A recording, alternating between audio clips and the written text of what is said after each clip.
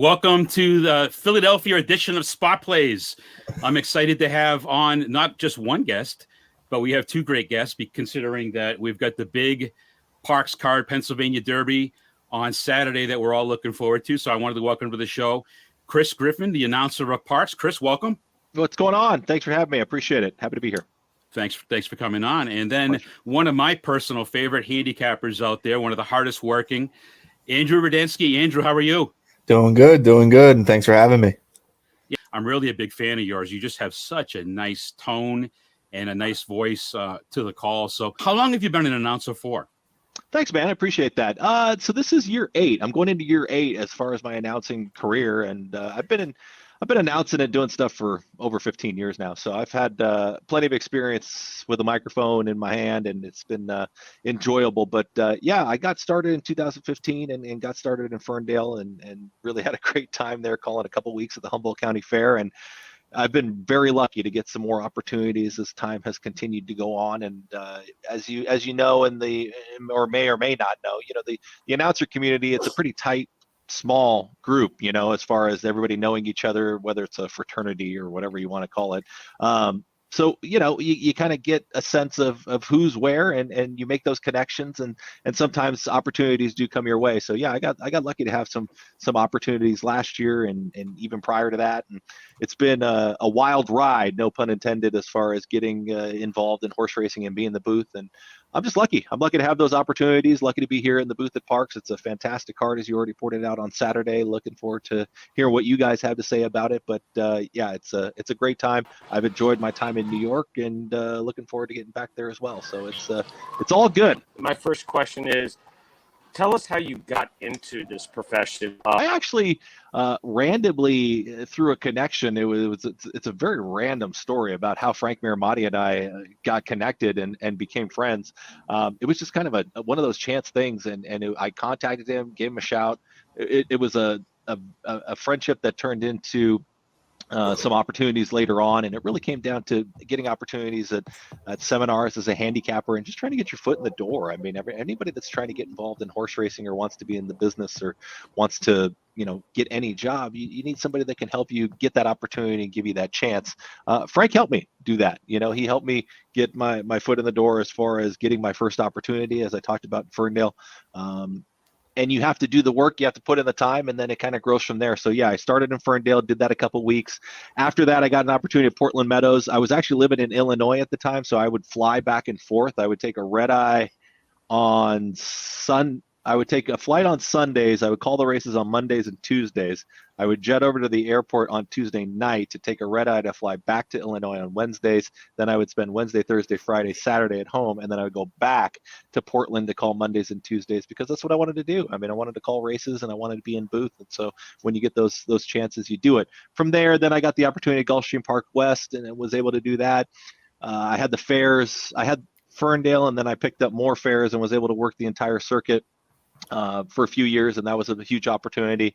And then that's when Sam Houston Race Park called, and Frank Hoff, and we had that discussion, and I went down to Houston, Texas, and had an opportunity to move my tack, I guess, move my journeyman microphone and whatnot to Houston, and have that opportunity there.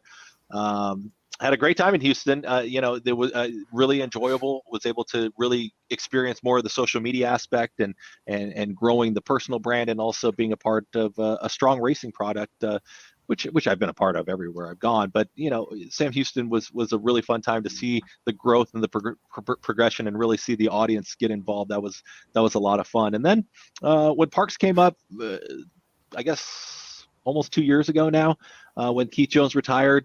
Then that's when I auditioned in April and had an opportunity, or auditioned prior to that, but got hired last April, and was able to jump in the booth. And I've had a great time here, and we've done some really strong work. I think we've helped grow just the footprint of what Parx can do on a Monday, Tuesday, Wednesday, because Monday, Tuesday, Wednesdays are tough, man. It's early in the week, and you have all the big racing action that you have on a weekend. So when you get involved at the beginning of the week, you want to remind people that you're there. And there's a lot of people that still want to get involved in the wagering action and watch some races and see some competitive races. So I've worked with a great crew as I've talked about at length, to put it on. Andrew's been on the show before, and have just tried to do what we can to entertain people and bring it. Obviously this week has been a bit busier as far as the coverage, and people wanted to get up close and personal with these Grade 1 type horses, Grade 3 type horses, Grade 2 type horses.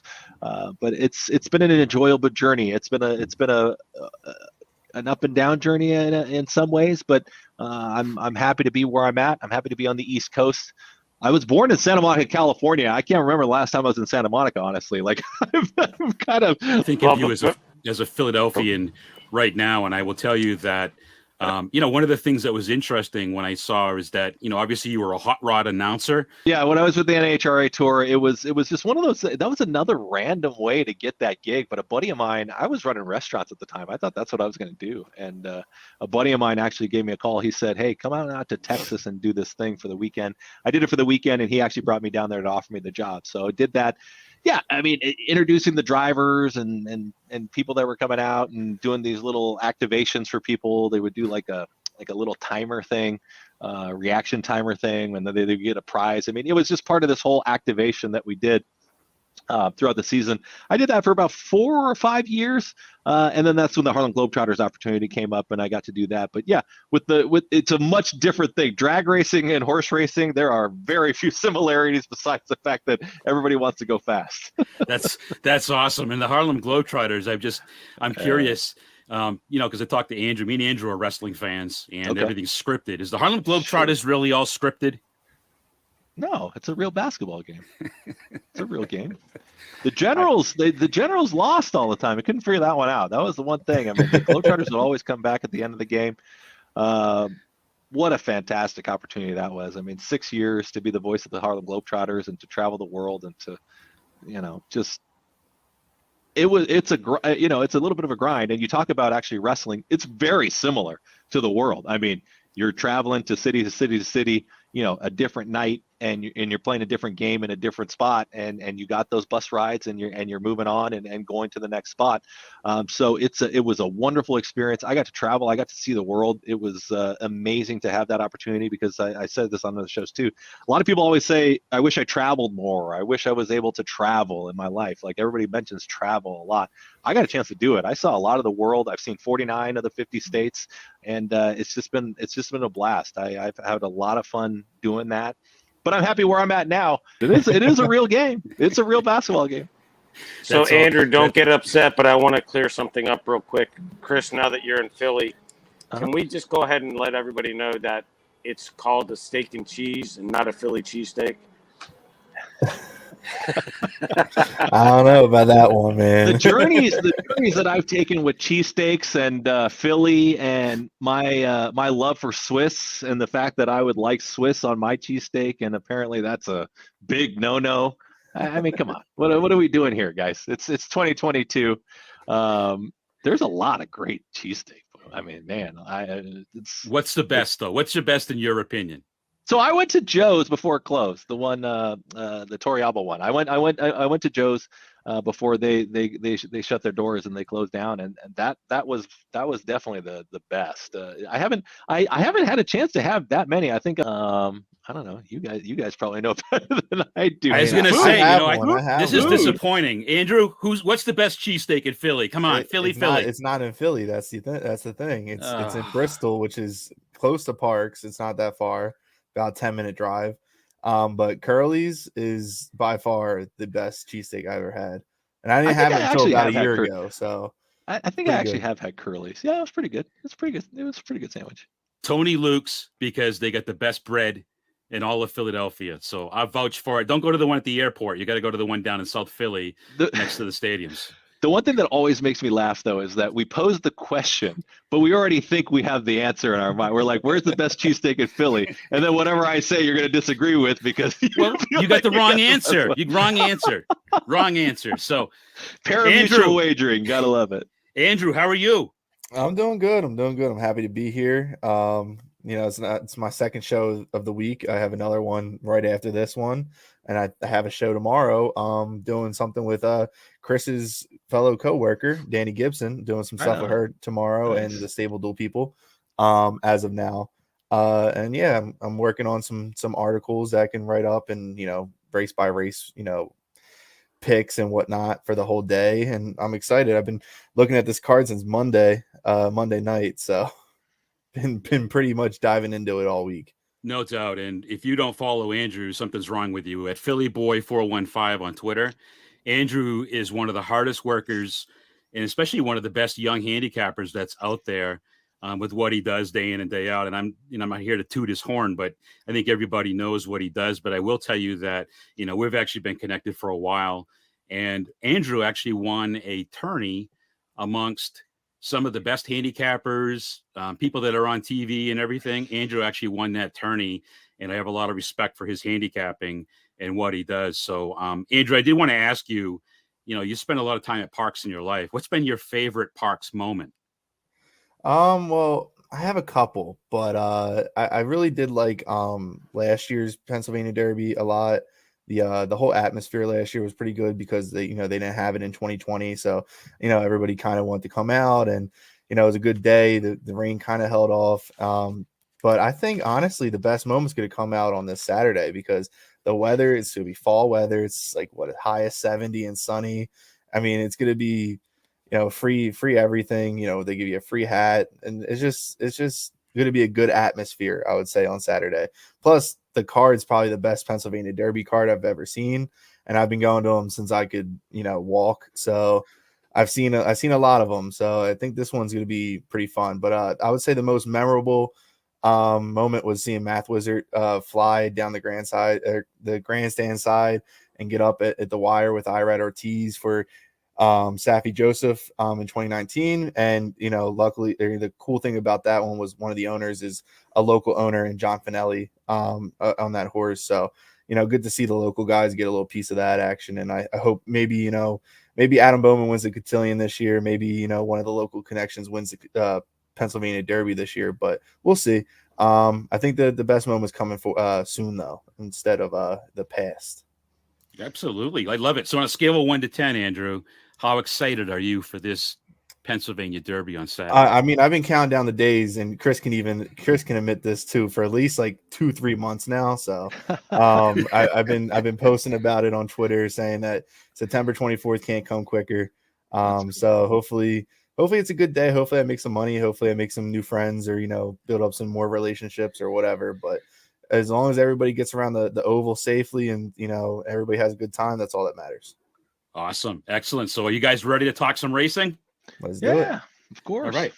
Let's talk about it. So we're gonna talk. I know there's a lot of great races, and my level of excitement is probably on a scale of 1 to 10. I'm probably at a 20, because when I saw this card, I could not believe how good this Pennsylvania Derby is. I mean, goes right up there with the Travers, the Haskell, everything else. So again, congratulations, Parx, for this fantastic card, because I really enjoyed going through and just handicapping that piece of it. Let's get into so race 10 is at 6 furlongs. It's the Gallant Bob. Andrew, what are your thoughts on this one? I was kind of hoping that Scattermooch, or however Chris pronounces it during the race day, but would not have the 14 hole. But even with the 14 hole, I think that horse might be the horse to beat. I have a couple other horses I like. I hope that the local horse does win. I mean, he does have 5 wins out of 6 races at Parx, which is impressive in its own. But I do like Nakatomi as well. Wesley Ward has a good horse with this one. Nice bullet workout at Keeneland last time out. Gets Joel Rosario, sits off the pace. Everything kind of screams that this horse is in a good spot. And then I do like a local horse, actually. Well, not local horse now, but for local connections, which is Jelly Nougat, I guess is how you pronounce the second word in that one, for JKX Racing, Abner Adorno, Ernesto Padilla Preciado. Everything in that horse looks good. I think that JKX Racing does a really good job with bringing horses over from Churchill and from Indiana Grand and Oaklawn and brings them to Parx. Usually first time out they run really well.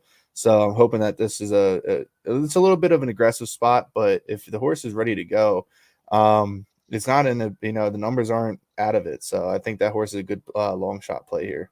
Okay, good. Chris, what are your thoughts on this race? And I was just thinking, he just said Scaramouche. I was thinking it would have been kind of cool if Kendrick Carmouche was on that horse, and that would be a great race call. Oh yeah, so cool to have those right or those rhyming names. Yeah, make it harder for them, you know. Yeah.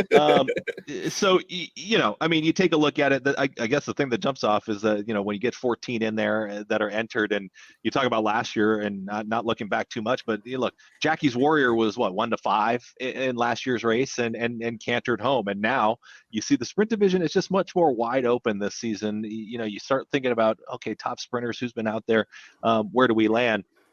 Running Son of a Gun's going to take some action. I mean, it's Luis Saez. It's the number 9 in there.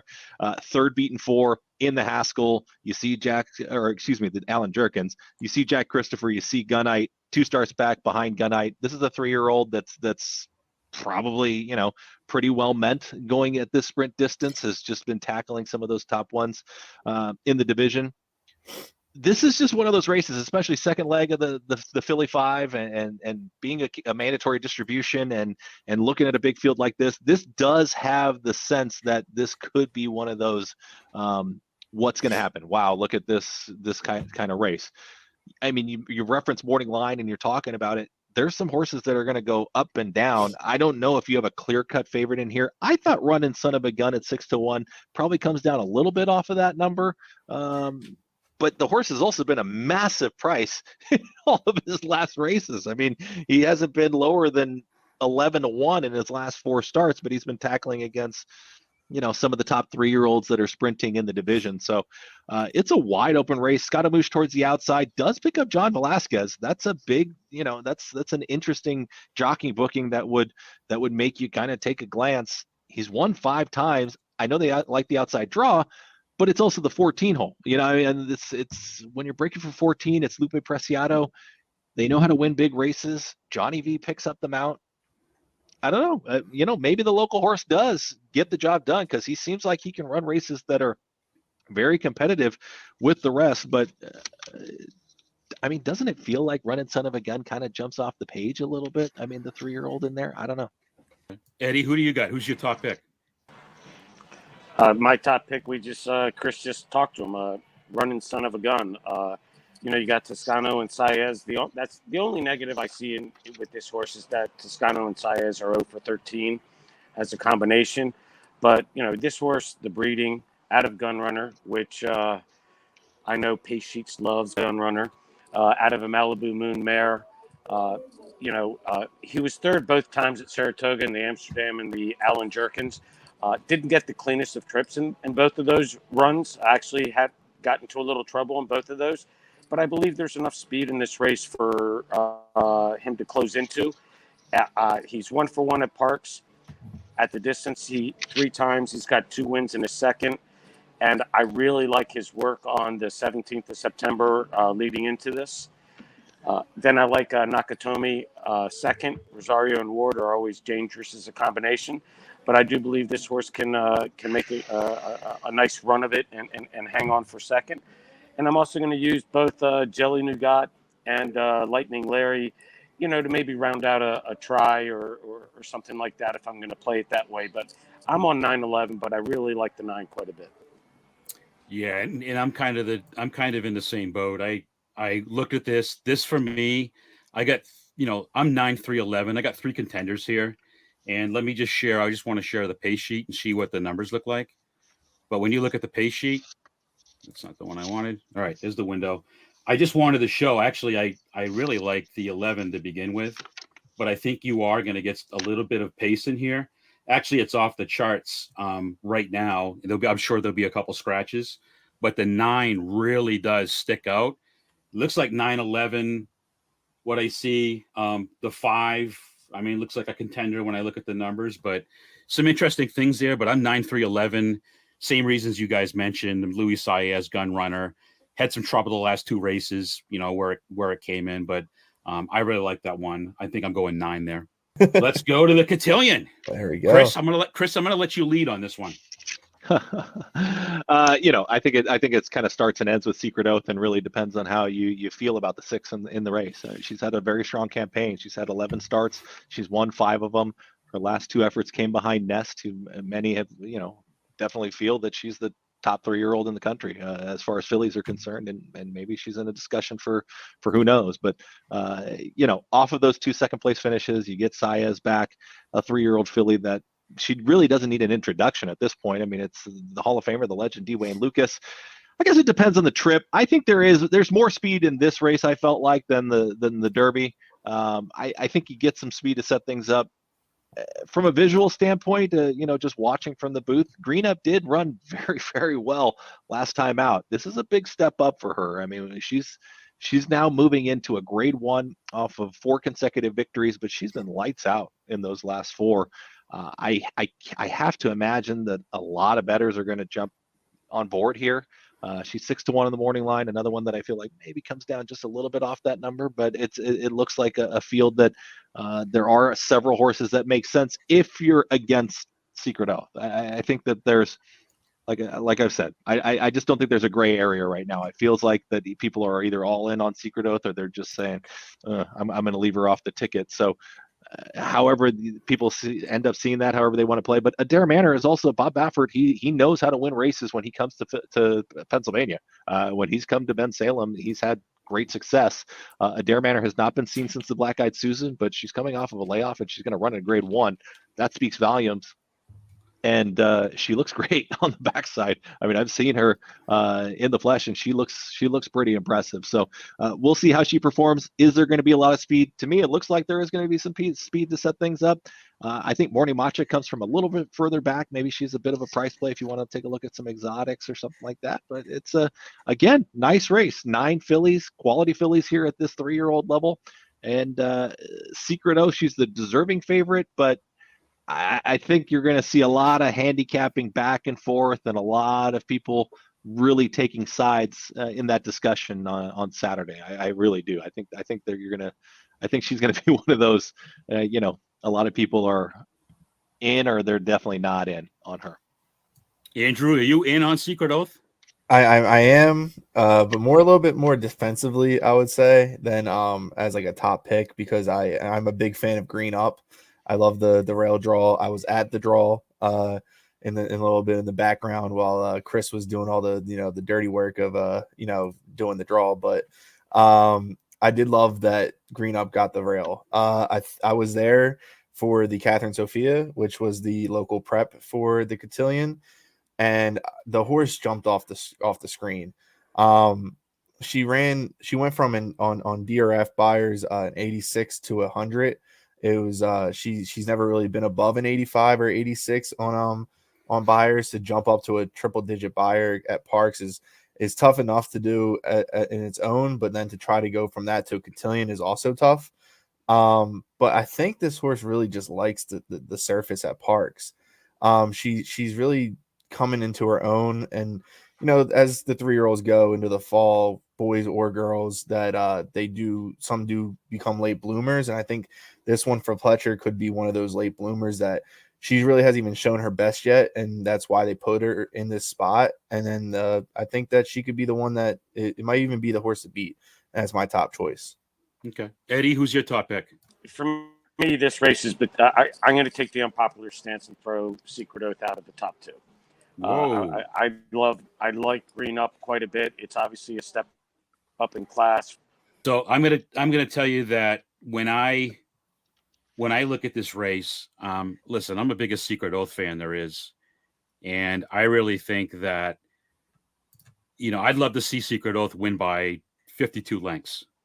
I'd love to see it happen. I mean, Secret Oath. Listen, we all know the story with Nest, and a lot of people are saying, have we already seen the best? Has Secret Oath peaked? I do like the 1. I'm a little concerned that Secret Oath is going to go below 2-1. I think you've got to get 2-1, 3-1 on Secret Oath. I'm not that strong about it, my opinion. I would rather have Green Up, and I don't think Green Up's going to be 6-1 at post either. I think Green Up's going to be more like probably 4-1. So I'm 1-6 here. I think those are the 2 that really stick out on my mind. And then I was looking at I just want to share the pace sheets on this one. So actually the pace sheets are kind of interesting because the Secret Oath doesn't really stand out on here, which is interesting. Actually, the 7, I got to go back and look at it, but Shahama actually stands out with some numbers, which is very odd. But again, I'm 1-6 here. Eddie, did you want to? Are you back? I'm back. Can you hear me? I can hear you now. Okay, yeah, I'm 1-7 in this race. As I said, I'm taking the unpopular position, and I'm not using Secret Oath in my top two. The 7-horse Shahama is my top play. 2 solid works. One, the grade 2 Monmouth Oak last out. I know he lost to Gerrymander and Secret Oath, but in both of those starts, he had troubled trips. He got bobbled start, and he also got bumped and had a rough trip in the one he lost to Secret Oath. So I'm 7-1. And I'll probably box it just because I think it'll be a price, green up's moving up, but 4 for 4, 1 for 1 at Parx, 2 for 2 at the distance. Got to use them. Okay, fantastic. And let's talk about the big one now. We're finally there. The final race. Chris, the one you've been waiting for, and I think this is the second time you've called the Pennsylvania Derby. Yep. What are you thinking on this race? Yeah, I just think that it's a quality race for the 3-year-olds. You got 4 Grade 1 winners in this race. It looks like a wide open field on paper as far as the connections. Taking a shot here for $1 million at a mile and an eighth. Cyberknife and Taba, they do look like 2 of the top main contenders from a wagering standpoint, and to get the job done.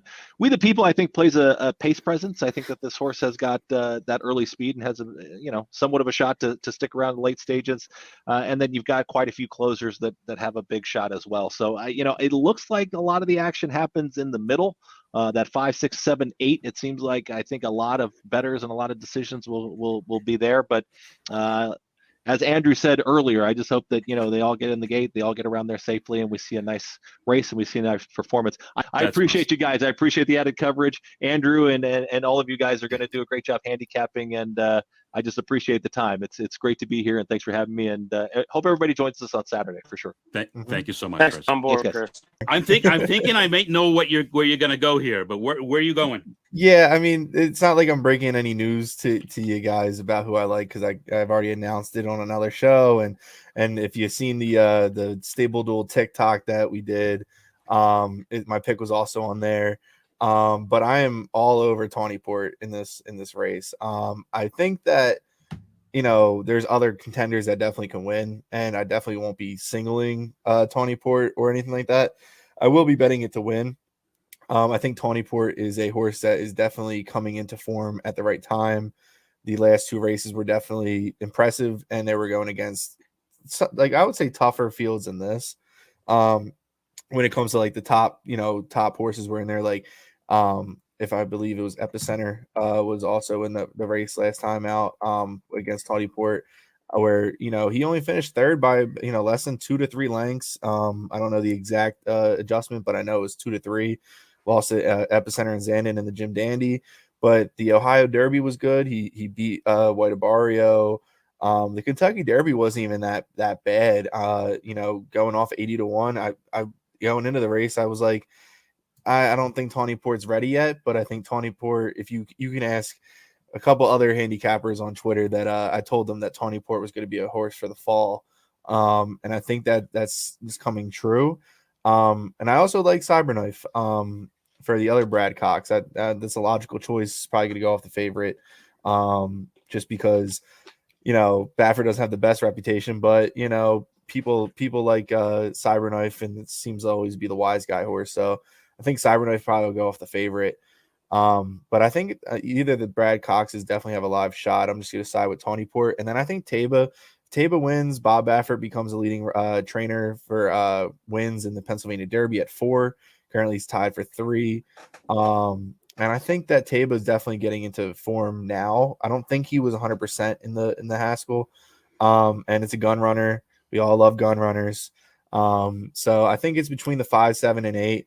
And then I have one outside long shot that I definitely want to put in, and it's the 10 Naval Aviator, the local horse. Well, not local horse, but local connections, similar to the Ernesto Padilla Preciado horse and the Gallant Bob. Same connections when it comes to Naval Aviator, and this horse has actually some pretty good numbers on in against Lesser.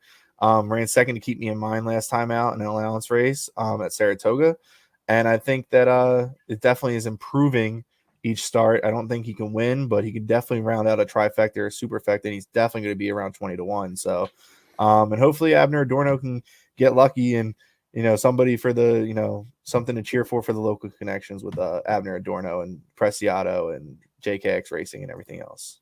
Absolutely. Eddie, who are you going with here? So this race, I think, is real interesting because I think Cyberknife and We the People are going to battle for the lead. I think the only way Cyberknife can win this race is if he tries to go out to the lead, and I totally believe We the People's not going to give up the lead. So I think they may get caught up in a battle. And, Chris, you know me well enough to know that I got to go with my deputy minister guy. Zandon's running in this race for one reason and one reason only. Chad Brown thinks he can win. It's his third race off a layoff. He's coming off of a couple of really nice runs. He's had two great works since the Travers. Didn't have the best of trips in the Travers. I hope this isn't a horse that just doesn't like to win just because of what's happened the last couple of races. But, he's been knocking on the door, and I believe that he's going to get a good trip. I believe Joel's going to let this horse. It's a big jockey change in a sense. I mean, Flavian goes to We the People. Joel's riding him, Zandon now. I just think Joel's going to let the horse dictate what he wants to do, whether he wants to try to break early from the rail or drop back and make one last run. But for me, this race is Zandon, the one horse with 8, Taiba. A lot of hype on Taiba. Really solid horse. And Taiba could run off the page, but I'm going to pick Zandon for a little bit of a price. And then I'm going to round it out with the 9-horse Simplification. If you're looking at maybe a price play for an exacta, or even Simplification and We the People to finish third, and maybe round out a decent try. But I'm one Zandon with 8 Taiba for the most part. One tidbit before you get in there, Simplification actually, out of all the shippers, in my opinion, well, I don't know of exactly how factual this is, but I believe Simplification's been at Parx backside, getting over the track for about a month now. So out of all the other horses that are shipping in, I believe Simplification is going to be the one with the most experience over the track in the mornings, which definitely will help out. Sano also brought a couple other horses that run at Delaware and Parx last week. They didn't do too well, but Simplification is obviously the best in the barn that he brought over. So hopefully, and I know Paco's been getting on the horse every morning. So that's great info. That's great info, Andrew. But yeah, I know. I mean, look, I didn't say they were good workouts, but definitely not that many work at 6 furlongs and 5 furlongs at Parx. But it's just good to see a horse get over the track a couple more times than everybody else. When it comes to shippers, because Parx's surface is pretty deep, so yeah, it's tough to get used to right away. But I think that's a great call out that Simplification's been there, worked out the 10th of September. So. And then the 16th. So I think that may be a good insight tip there. Yeah, he's been there basically all of September. Chris, before you bring up the pace sheets and do your picks, Andrew, how's the rail at Parx? Because I know it hasn't been the most favorable rail. Do you think they're gonna kind of dig it up and juice it up for this? I was up there Tuesday and Wednesday, off and on. I didn't go up there. I might have went up Monday and Wednesday and not Tuesday, but when I went up there on Wednesday, which was yesterday, the inside was definitely a little bit better than it was on Monday. And apparently they were kind of putting in some extra water, getting a little bit tighter on the rail. Same thing goes for the turf course. Turf course rail looked really good too.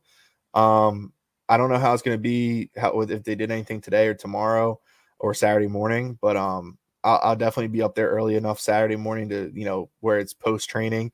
I'll probably get up there around 10:30 a.m. Gates open at 10. Training probably ends at 9. So I'll definitely be able to go look and see if the rail's a little tighter than normal. But they have been putting a lot of water on the surface, and it rained a little bit today. It rained a little bit on Monday. So, everything's kind of pointing towards it's going to be a little bit more firm course on the turf and probably pretty fast on the dirt. So hopefully it's not too biased. Eddie, let's get the pace sheets. Let's get the pace sheets. Okay, well, relax. I can't do anything until you give me a drum roll. I hear it. So I am going. Listen, I just can't give up on Taiba. I can't.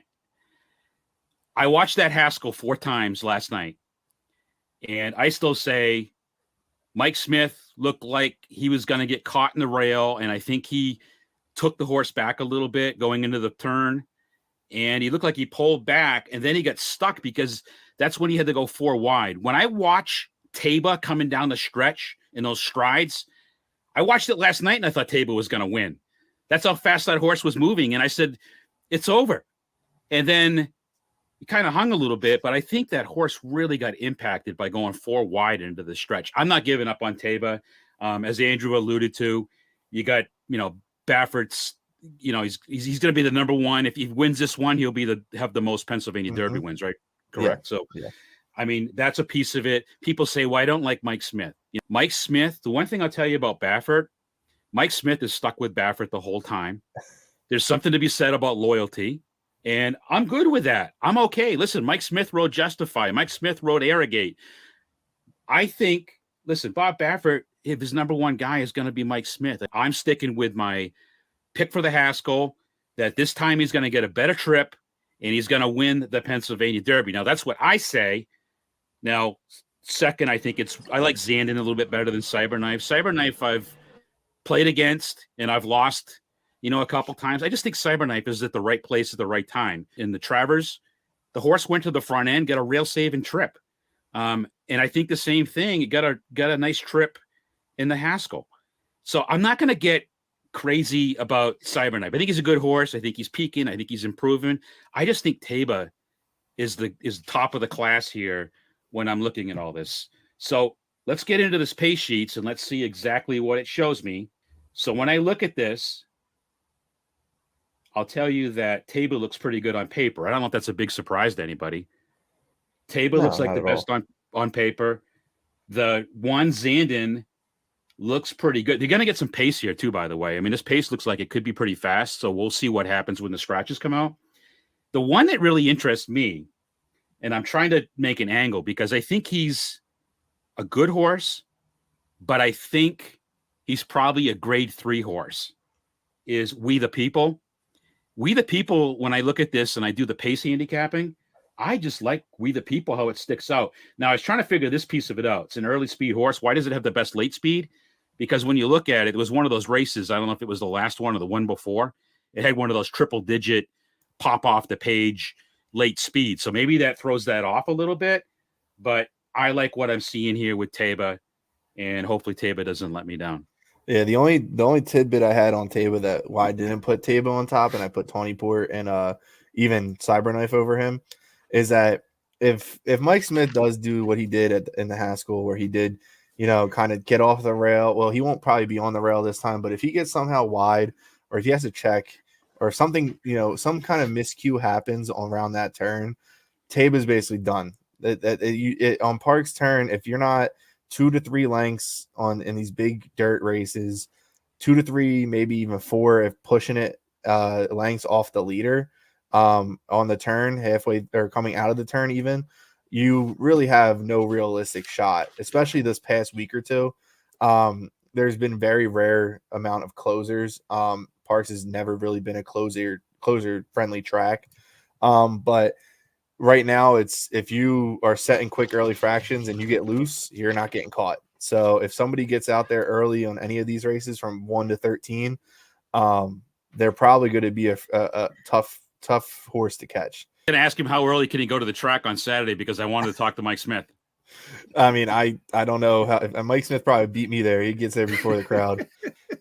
Go ahead, Eddie. No, what I was going to say about We the People is, and look, listen, I said it earlier. I will be shocked if We the People and Cyberknife do not get into a speed duel. I truly believe that.